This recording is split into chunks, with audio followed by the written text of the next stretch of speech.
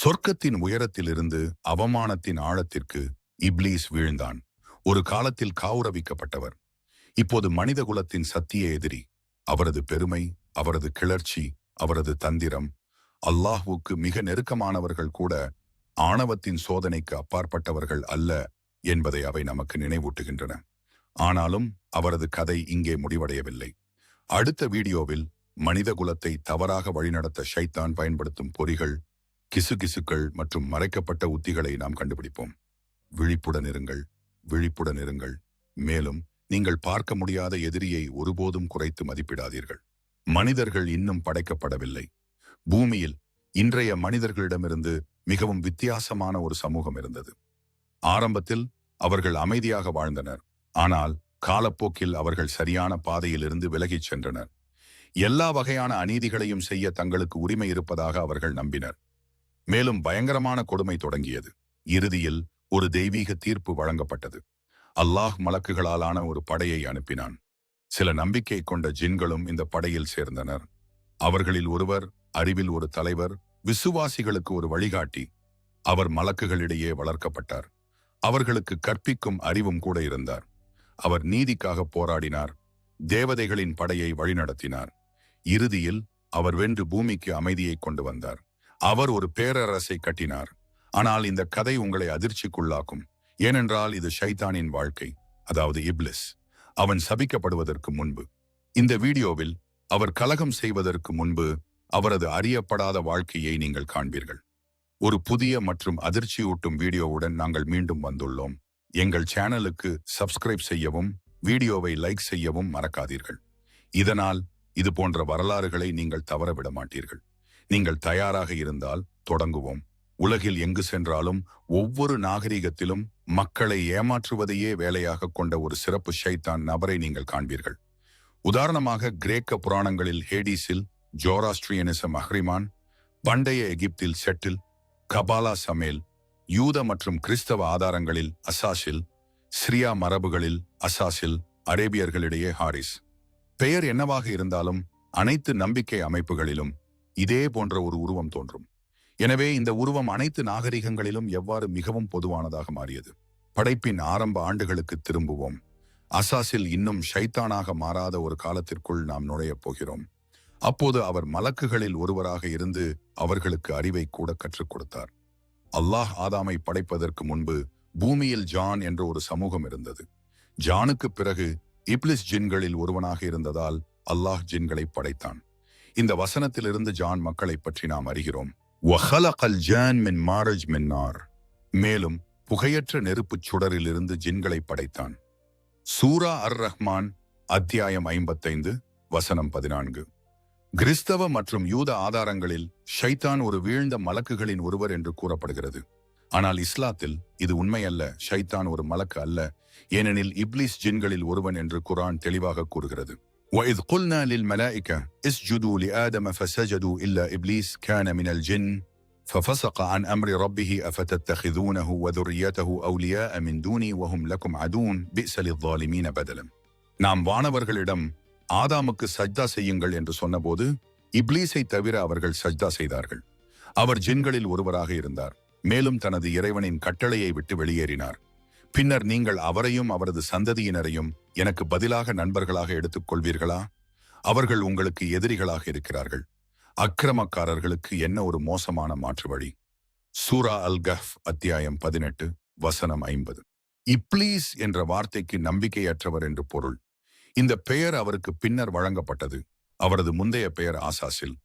அவர் ஒரு அழகான முகத்தை கொண்டிருந்தார் என்றும் தேவதூதர்களைப் போல பிரகாசித்தார் என்றும் கூறப்படுகிறது. ஆரம்பத்தில் ஜான் மக்கள் வானத்தில் வாழ்ந்தனர். இங்கே வானம் என்ற வார்த்தைக்கு வேறொரு கிரகம், மற்றொரு பிரபஞ்சம் அல்லது நாம் புரிந்து கொள்ள முடியாத வேறு உருவாக்கம் என்று பொருள். பின்னர் இந்த சமூகம் பூமியில் வாழ விரும்பியது. அதற்காக துஆ செய்தார்கள். அவர்கள் அல்லாஹ்வின் கட்டளைகளை பின்பற்றுவதாக உறுதியளித்தனர். ஆயிரக்கணக்கான ஆண்டுகள் பூமியில் வாழ்ந்தனர். மனிதர்கள் மற்றும் ஜின்களைப் போலவே அவர்களின் நோக்கமும் தங்கள் படைப்பாளரை வணங்குவதும் அறிந்து கொள்வதுமாகும்.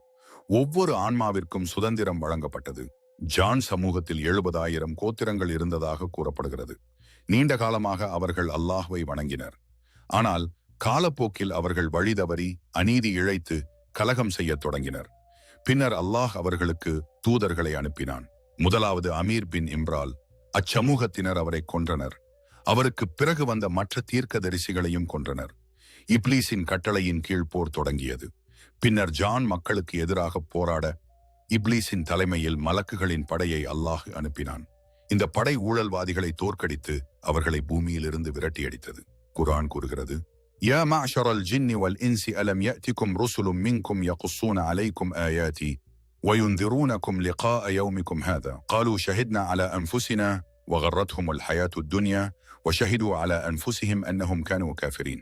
ஜின்கள் மற்றும் மனிதர்களின் கூட்டத்தினரே, என்னுடைய வசனங்களை உங்களுக்கு எடுத்துரைத்து இந்த நாளை நீங்கள் சந்திப்பது குறித்து உங்களை எச்சரிக்கும் தூதர்கள் உங்களிலிருந்தே உங்களிடம் வரவில்லையா? அவர்கள், எங்களுக்கு எதிராகவே நாங்களே சாட்சி கூறுகிறோம் என்று கூறுவார்கள். உலக வாழ்க்கை அவர்களை ஏமாற்றிவிட்டது. மேலும் அவர்கள் தாங்கள் காஃபர்கள் என்று தங்களுக்கு எதிராகவே சாட்சி கூறுவார்கள். சூரா அல் அனாம் அத்தியாயம் 6 வசனம் 130. அதன் பிறகு பூமி ஜின்களுக்கு வழங்கப்பட்டது. மேலும் அல்லாஹ் ஒரு மலக்குகளின் குழுவை உருவாக்கி அவர்கள் மீதும் ஜின்கள் மீதும் அசாசில்லை ஆட்சியாளராக ஆக்கினான். அந்த நேரத்தில் அசாசில் வழிபாட்டில் மிகவும் அர்ப்பணிப்புடன் இருந்தார். அவர் அனைத்து ஜின்களையும் விட அதிகமாக வணங்கினார். அவரது நேர்மையான வழிபாடு புறக்கணிக்கப்படவில்லை. அல்லாஹ்வின் கட்டளைப்படி அசாசில் வானத்திற்கு உயர்த்தப்பட்டார். அவர் சொர்க்கத்தின் ஒவ்வொரு மட்டத்திலும் 300 ஆண்டுகள் தங்கியிருந்தார் என்று கூறப்படுகிறது.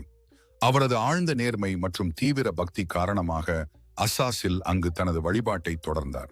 அசாசிலின் பதவி சொர்க்கத்தின் நிலைக்கு உயர்த்தப்பட்டது. அவர் 300 ஆண்டுகள் சொர்க்கத்தில் தங்கியிருந்தார் என்று கூறப்படுகிறது. எனவே ஷைத்தான் ஒரு காலத்தில் அல்லாஹ்வுக்கு நெருக்கமானவர்களில் ஒருவராக இருந்தான். அசாசில் அடைந்த பதவி அல்லாஹ்வால் குறிப்பிடப்பட்ட மிக உயர்ந்த மற்றும் மரியாதைக்குரிய இடமாகும். அன்றிலிருந்து அசாசில் பூமியிலும் வானத்திலும் வாழ்ந்து வந்தார். அனைத்து மலக்குகளும் அவரை போற்றினர். அவருடைய ஆழ்ந்த அறிவிலிருந்து பயனடைந்து அவரது பாடங்களில் கலந்து கொண்டனர்.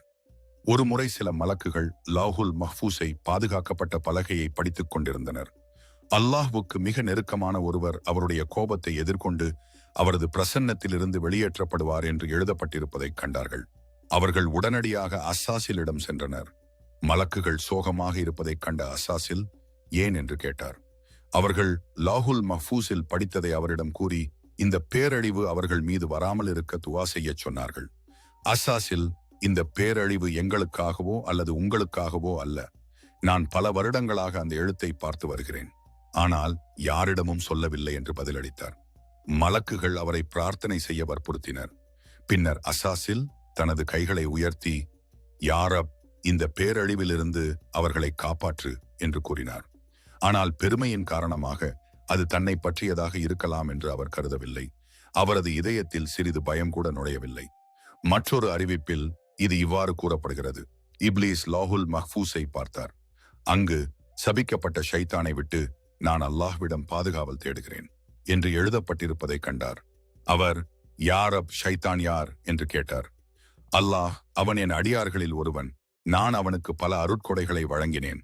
ஆனால் அவன் என் கட்டளைக்கு கீழ்ப்படியவில்லை. அதனால் நான் அவனை அவமானப்படுத்துகிறேன். மேலும் அவனை வெளியேற்றுவேன் என்று கூறினான். அசாசில், யா ரப், அவனை எனக்கு காட்டு, நான் அவனை அழிக்கட்டும் என்று கூறினார். அல்லாஹ், நீ விரைவில் அவனை பார்ப்பாய் என்று பதிலளித்தான். அசாசிலின் உயர்ந்த பதவி காரணமாக அவர் வானத்திலும் பூமியிலும் இருப்பதற்கு சிறப்பு பாக்கியத்தை பெற்றார். இந்த சிறப்பு அந்தஸ்து அவருக்கு ஒரு பெருமை உணர்வை தரத் தொடங்கியது. அவர் தனக்குள், நான் எப்போது வேண்டுமானாலும் வானத்திலோ அல்லது பூமியிலோ இருக்க முடியும். ஜின்களும் மலக்குகளும் என் கட்டளையின் கீழ் உள்ளனர் என்று நினைக்கத் தொடங்கினார். இந்த கட்டத்தில் அசாசில் ஷைத்தானாக மாறத் தொடங்கினார். அல்லாஹ் இதயங்களில் உள்ளதை அறிந்திருப்பதால் அசாசில் உள்ளே மறைந்திருக்கும் எண்ணங்களை மலக்குகளுக்கு காட்ட விரும்பினான். இதிலிருந்து நாம் ஒரு முக்கியமான பாடத்தை கற்றுக்கொள்கிறோம்.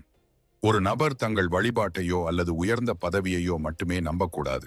அவர்கள் ஒருபோதும் பெருமையில் விழக்கூடாது. ஆதாமின் படைப்பு அல்லாஹ் மலக்குகளிடம் கூறினான். وَإِذْ قَالَ رَبُّكَ لِلْمَلَائِكَةِ إِنِّي جَاعِلٌ فِي الْأَرْضِ خَلِيفَةً قَالُوا أَتَجْعَلُ فِيهَا مَنْ يُفْسِدُ فِيهَا وَيَسْفِكُ الدِّمَاءَ وَنَحْنُ نَسْبِحُ بِحَمْدِكَ وَنُقَدِّسُ لَكَ قَالَ إِنِّي أَعْلَمُ مَا لَا تَعْلَمُونَ. உங்கள் இறைவன் வானவர்களிடம், நிச்சயமாக பூமியில் ஒரு தொடர்ச்சியான அதிகாரத்தை, கலீஃபாவை ஏற்படுத்துவேன் என்று கூறியதை குறிப்பிடவும். அவர்கள், அதில் குழப்பம் விளைவிப்பவரையும் இரத்தம் சிந்தும் ஒருவரையும் நீங்கள் அதன் மீது அமர்த்துவீர்களா?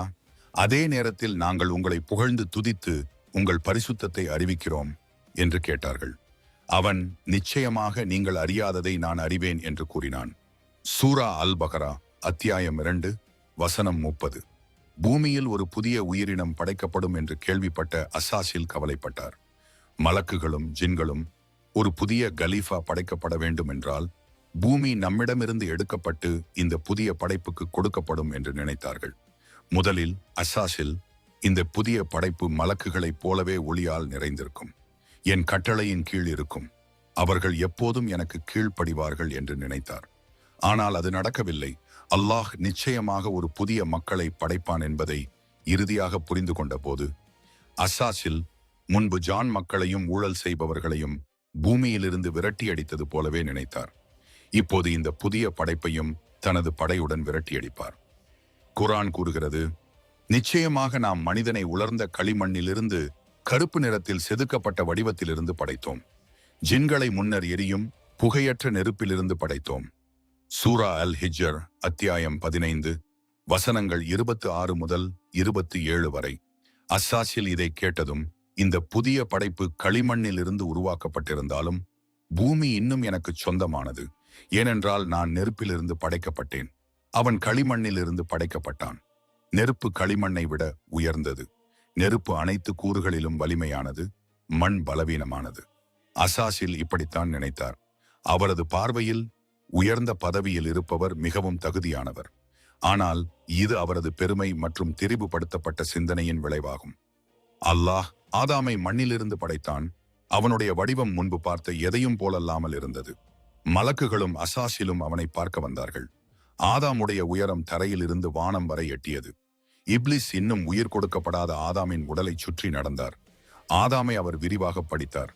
பின்னர் அவர் ஆதாமின் வாய் வழியாக நுழைந்து அவர் உடல் முழுவதும் நகர்ந்தார். இந்த புதிய உயிரினம் மிகவும் பலவீனமாக இருப்பதை அவர் கண்டார்.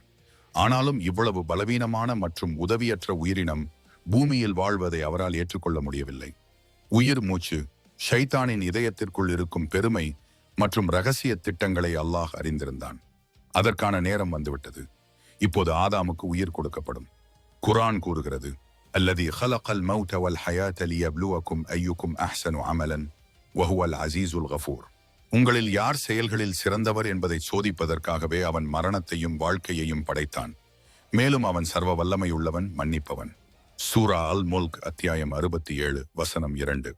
மற்றொரு வசனத்தில் குர்ஆன் கூறுகிறது, ثم سواه ونفخ فيه من روحه وجعل لكم السمع والأبصار والأفئدة قليلا ما تشكرون.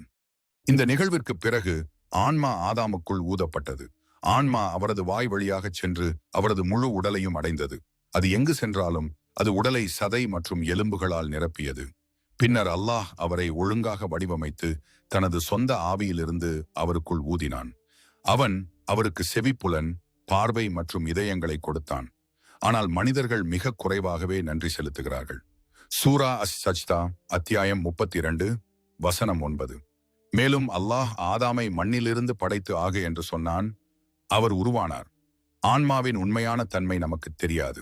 ஏனெனில் குர்ஆன் நமக்கு சொல்கிறது, وَيَسْأَلُونَكَ عَنِ الرُّوحِ قُلِ الرُّوحُ مِنْ أَمْرِ رَبِّي وَمَا أُوتِيتُم مِنَ الْعِلْمِ إِلَّا قَلِيلًا.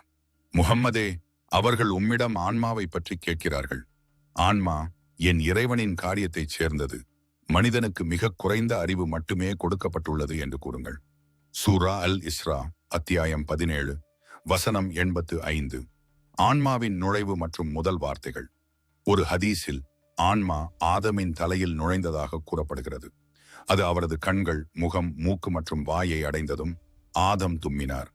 ஜிப்ரீல் அலைஹிஸ்ஸலாம் அவருக்கு அருகில் நின்று, ஓ ஆதமே, அல்ஹம்துலில்லாஹ் என்று சொல்லுங்கள் என்றார். ஆதம் அலைஹிஸ்ஸலாம் அல்ஹம்துலில்லாஹ் என்றார். பின்னர் அல்லாஹ், ஓ என் அடியாரே, என் கருணை உன்மீது இருக்கட்டும் என்றான். அந்த ஆன்மா தன் கண்களை அடைந்ததும் ஆதம் அவற்றை திறந்து சொர்க்கத்தின் பழங்களைக் கண்டார். பல்வேறு பழங்களை பார்த்ததும் அவருக்கு பசி எடுத்தது. அவற்றை உடனடியாக சாப்பிட விரும்பினார். ஆனால் ஆன்மா இன்னும் அவர் கால்களை எட்டவில்லை. அவர் இன்னும் களிமண் வடிவத்தில் இருந்ததால் அவரால் எழுந்து நிற்க முடியவில்லை. பிறகு ஜிப்ரீல் அலைஹிஸ்ஸலாம், ஓ ஆதமே, அவசரப்படாதே என்றார். அல்லாஹ் குர்ஆனில் கூறுவது போல், وَيَدْعُ الْإِنسَانُ بِالشَّرِّ دُعَاءَهُ بِالْخَيْرِ وَكَانَ الْإِنسَانُ عَجُولًا. மனிதன் நன்மைக்காக பிரார்த்தனை செய்வது போலவே தீமைக்காகவும் பிரார்த்தனை செய்கிறான். மனிதன் எப்போதும் அவசரப்படுபவன். சூரா அல் இஸ்ரா அத்தியாயம் 17 வசனம் 11. அசாசிலின் கலகம். இந்த தருணம் வரை அசாசில் இன்னும் ஷைத்தானாக மாறவில்லை. மலக்குகள் அவருக்குள் இருக்கும் எண்ணங்களை அறியாமல் இருந்தனர். பின்னர் நேரம் வந்தது. ஆதம் கௌரவ அரியணையில் அமர்ந்தார். அல்லாஹ் அனைத்து மலக்குகளையும் அழைத்தான். وَإِذْ قُلْنَا لِلْمَلَائِكَةِ اسْجُدُوا لِآدَمَ فَسَجَدُوا إِلَّا إِبْلِيسَ أَبَى وَاسْتَكْبَرَ وَكَانَ مِنَ الْكَافِرِينَ. நாம் வானவர்களிடம் ஆதாமுக்கு சுஜூது செய்யுங்கள் என்று சொன்னபோது இப்லீஸை தவிர அவர்கள் அனைவரும் சுஜூது செய்தார்கள். அவன் மறுத்து ஆணவம் கொண்டான். காஃபிர்களில் ஒருவனாகிவிட்டான். சூரா அல் பக்ரா அத்தியாயம் 2 வசனம் 34. மற்றொரு வசனத்தில் குர்ஆன் கூறுகிறது, وَإِذْ قُلْنَا لِلْمَلَائِكَةِ اسْجُدُوا لِآدَمَ فَسَجَدُوا إِلَّا إِبْلِيسَ كَانَ مِنَ الْجِنِّ فَفَسَقَ عَنْ أَمْرِ رَبِّهِ أَفَتَتَّخِذُونَهُ وَذُرِّيَّتَهُ أَوْلِيَاءَ مِنْ دُونِي وَهُمْ لَكُمْ عَدُوٌّ بِئْسَ لِلظَّالِمِينَ بَدَلًا. நாம் வானவர்களிடம் ஆதாமுக்கு சஜ்தா செய்யுங்கள் என்று சொன்னபோது இப்லீஸை தவிர ஏனையவர்கள் சஜ்தா செய்தார்கள். அவன் ஜின்களில் ஒருவனாக இருந்தான். அவனுடைய இறைவனின் கட்டளையை மீறிவிட்டான். அப்படியானால் அவனையும் அவனுடைய சந்ததியினரையும் எனக்கு பதிலாக நேசத்துக்குரியவர்களாக ஆக்கிக் கொள்வீர்களா? அவர்கள் உங்களுக்கு எதிரிகளாக இருக்கும் பொழுது அக்கிரமக்காரர்களுக்கு கொடுக்கப்படும் கைமாறு மிகவும் மோசமானது. சூரா அல் கஹ்ஃப் அத்தியாயம் 18 வசனம் 50. இந்த சஜ்தா ஆதாமுக்கு செய்யும் வணக்கம் அல்ல, ஏனெனில் வணக்கம் அல்லாஹ்வுக்கு மட்டுமே. முஸ்லிம்கள் காபாவை நோக்கி திரும்புவது போல் இருந்தது. அல்லாஹ்வின் கட்டளைக்கு கீழ்ப்படிவதே குறிக்கோள். அசாசில் சஜ்தா செய்யாததால் அவர் காஃபிர்களில் ஒருவராக ஆனார். பின்னர் அல்லாஹ் அவரை அசாசில் என்று அழைக்கவில்லை, இப்லீஸ் என்று அழைத்தான். ஓ இப்லீஸ், என் சக்தியால் நான் படைத்ததற்கு உன்னை சிரம் பணிய விடாமல் தடுத்தது எது? இப்லீஸ் பதிலளித்தான், மனம் வீசும் உலர்ந்த களிமண்ணால் நீ படைத்த மனிதனுக்கு நான் சிரம் பணிய மாட்டேன் என்று. பின்னர் அல்லாஹ், இங்கிருந்து வெளியேறு, நீ நிராகரிக்கப்பட்டாய், என் சாபம் உன் மீது இருக்கும், நியாய தீர்ப்பு நாள் வரை என்று கூறினான். இப்லீஸ் இப்போது தோல்வியுற்றவர்களில் ஒருவனாக இருந்தான். அவனுக்கு இனி எந்த மீட்பும் இல்லை. அவன் அங்கேயே அழிக்கப்படவிருந்த போது இப்லீஸ் கடைசியாக ஒரு வேண்டுகோள் விடுத்தான். என் இறைவனே, மக்கள் மரித்தோரில் இருந்து எழுப்பப்படும் நாள் வரை எனக்கு அவகாசம் கொடு. நீ என்னை வழிதவரச் செய்ததால் நான் அவர்களை வழிதவரச் செய்ய உன் நேரான பாதையில் அமர்ந்திருப்பேன். பின்னர் நான் அவர்களின் முன்னும் பின்னும் வலதுபுறமும் இடதுபுறமும் வருவேன். அவர்களில் பெரும்பாலோரை நன்றி கெட்டவர்களாக காண்பாய். அல்லாஹ் பதிலளித்தான், இங்கிருந்து இழிவானவனாகவும் பழிவாங்கப்பட்டவனாகவும் வெளியேறு. உன்னை பின்பற்றுபவர்கள் மற்றும் உங்கள் அனைவராலும் நரகத்தை நான் நிரப்புவேன் என்று சத்தியம் செய்கிறேன். அல் தபரியின் கூற்றுப்படி இந்த வசனத்தில் குற்றம் சாட்டப்பட்டு அவமானப்படுத்தப்பட்டார் என்ற வார்த்தைகள் ஷைத்தான் தனது அழகிய வடிவத்தையும் தேவதை போன்ற தோற்றத்தையும் இழந்தான் என்பதை குறிக்கிறது. இங்கே ஒரு விஷயத்தை தெளிவுபடுத்த வேண்டும். ஷைத்தான் அல்லாஹுடன் வாதிட்டதாகவோ அல்லது அவனுக்கு சவால் விட்டதாகவோ சிலர் கூறுகின்றனர். ஆனால் இது ஒரு விவாதம் அல்ல. இங்கே ஒரு வேலைக்காரனை கேள்வி கேட்டு அல்லாஹ்வின் முன்னிலையில் இருந்து வெளியேற்றி அவமானப்படுத்தியதை காண்கிறோம். பின்னர் சொர்க்கத்திலிருந்து பழங்கள் ஆதமுக்கு வழங்கப்பட்டன. பழங்களை சாப்பிட்ட பிறகு அவர் தூக்கத்தில் ஆழ்ந்தார். ஆதம் தூங்கிக் கொண்டிருந்த போது அல்லாஹ் ஆதமுடைய இடது விலா எலும்பில் ஒன்றிலிருந்து ஹவ்வாவை படைத்தான்.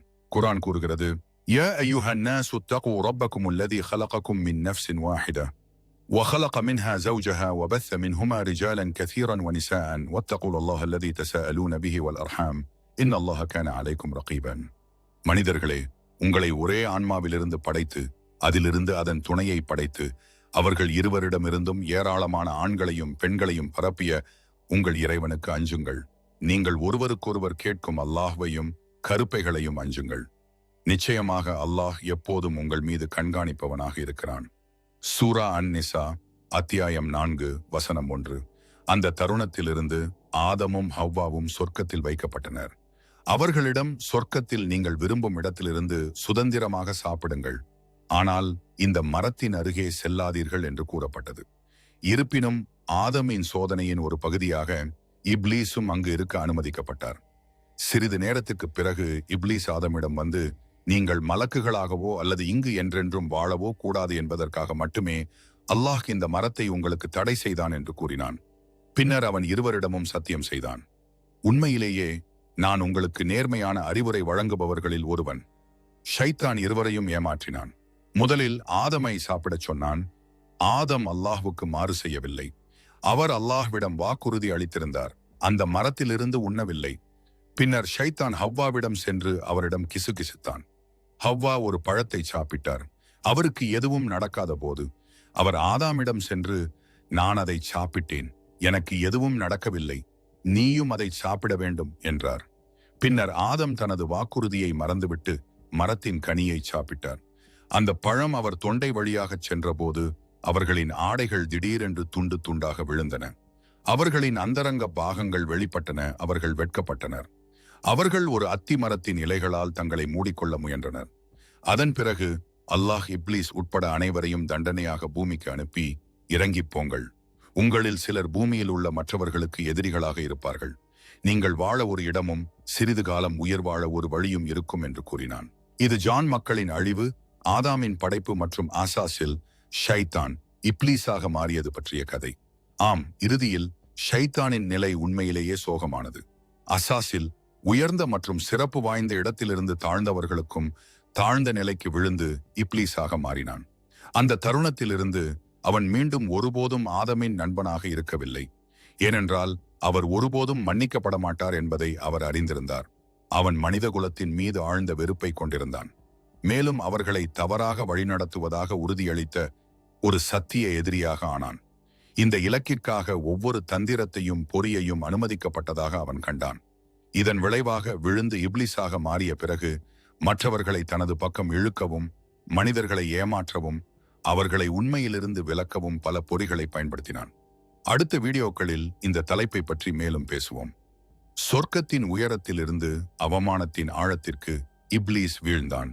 ஒரு காலத்தில் கௌரவிக்கப்பட்டவர், இப்போது மனிதகுலத்தின் சத்திய எதிரி.